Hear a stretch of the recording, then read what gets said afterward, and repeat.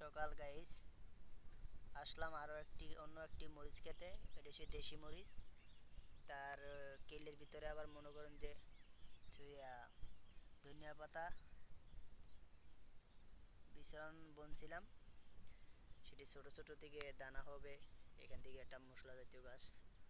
আর এটা হচ্ছে গিয়ে ধরেন, এটা হচ্ছে আর একটা মরিচ খেতে আসলাম আলহামদুলিল্লাহ সকালবেলা।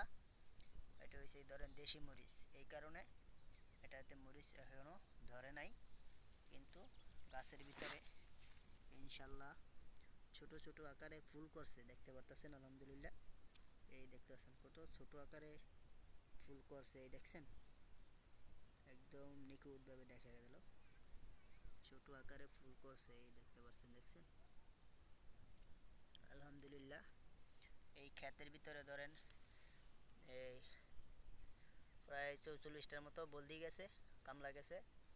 এখানে মনে করেন যে কিছুদিন আগে পানি দিলাম, তারপরে 2 বস্তা ইউরিয়া সার ব্যবহার করলাম, একটা ইকুবেট ব্যবহার করলাম, একটা ভিটামিন, তারপরে একটা পৌর ওষুধ, একটা হাইলেভের ওষুধ, এগুলো ব্যবহার করলাম আলহামদুলিল্লাহ। এখন গাছের কন্ডিশন অনেক ভালো ইনশাল্লাহ। আশা করি এই গাছে ফলন অনেক ভালো হইব ইনশাল্লাহ।